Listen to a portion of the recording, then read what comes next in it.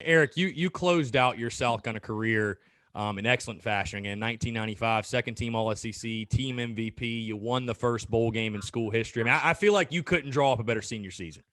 Yeah. The only thing I could say would have made it better is if before my senior season, a lot of people don't even really know, but I had a heart dysrhythmia. Oh, and wow. so I had basically had fibers in my heart that was sending out signals at the wrong time. So before my senior season, I went through the whole first session of training. Most of the second session, I was probably in the best shape I had been in. I was like 6'2", maybe 275-ish, under 10, right around 10% body fat or less. And just dropped in workouts one day, just literally passed out. And the doctor was like, hey, that your body literally shut down to keep from dying. And so I missed the first game and a half, I think it was. So I literally probably should have redshirted that year, but I came back, played 8.5 games. I think I still had 8 sacks that year, 30 tackles or so, somewhere in that 30-35 range. And so that, it was a great senior year. And then, like I said, coming off of the bowl win and being able to do that and doing it with a group of guys that you liked and loved. Also had one of Stacey Evans, who, we were from the same hometown, playing on the line together and winning the first bowl game ever. And it should have been one more guy from Orange there, but he didn't quite make it. He ended up going to Cincinnati. But it was a lot of special moments in there, I would say.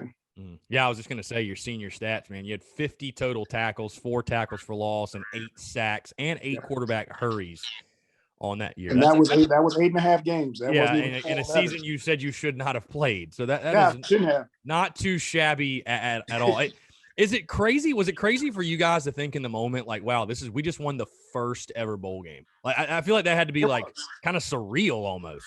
It was. I mean, especially coming back, because when we got back to Columbia, you would have thought it was a national championship game.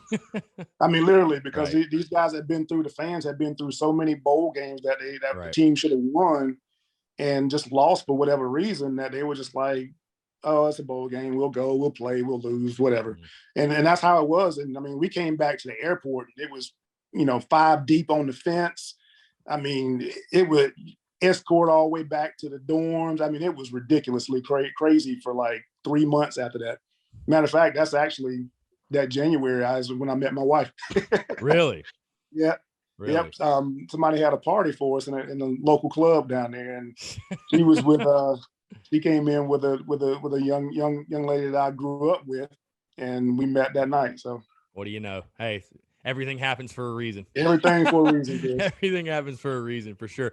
I want to ask you your career after South Carolina, Eric. Obviously, it sounds like, again, you said you shouldn't even played your senior year. How much did that affect, I guess, your dreams and aspirations of playing professional football?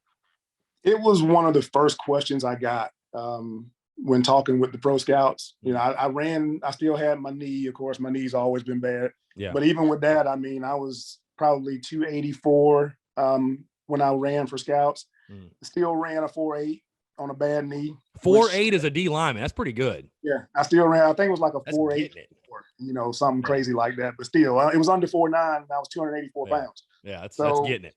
I still had pretty decent movement. My quickness drills, my lateral stuff was a little bit off because of my knee, but I think I had some interest, Chicago, San Diego, and a couple other people, but the heart question was the first question I got. So I think that year there was probably like 20-something defensive linemen in the draft, and we all pretty much, there were, 10 or so better than me, 8 or so not as good as me.